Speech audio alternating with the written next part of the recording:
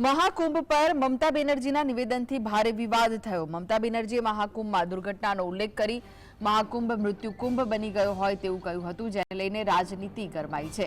ત્યારે હવે પશ્ચિમ બંગાળના મુખ્યમંત્રી મમતા બેનર્જીના મહાકુંભને મૃત્યુકુંભ કહેવા પર સંત સમુદાયે તીવ્ર પ્રતિક્રિયા આપી અને તેમના નિવેદનને સનાતન ધર્મનું અપમાન ગણાવ્યું।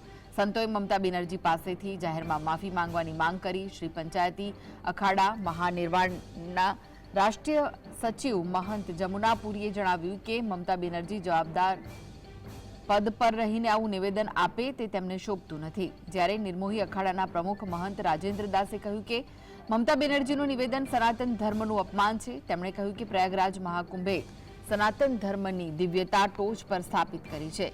તે મહાકુંભનું મૂલ્યાંકન કરે છે કારણ કે તેઓએ હંમેશા સનાતન અને તેના પ્રતીકોનું અપમાન કર્યું છે। આવા નિવેદનો આપીને તે અરવિંદ કેજરીવાલના માર્ગે ચાલી રહ્યા છે અને કેજરીવાલ જેવું જ ભવિષ્ય તેમની રાહ જોઈ રહ્યું છે।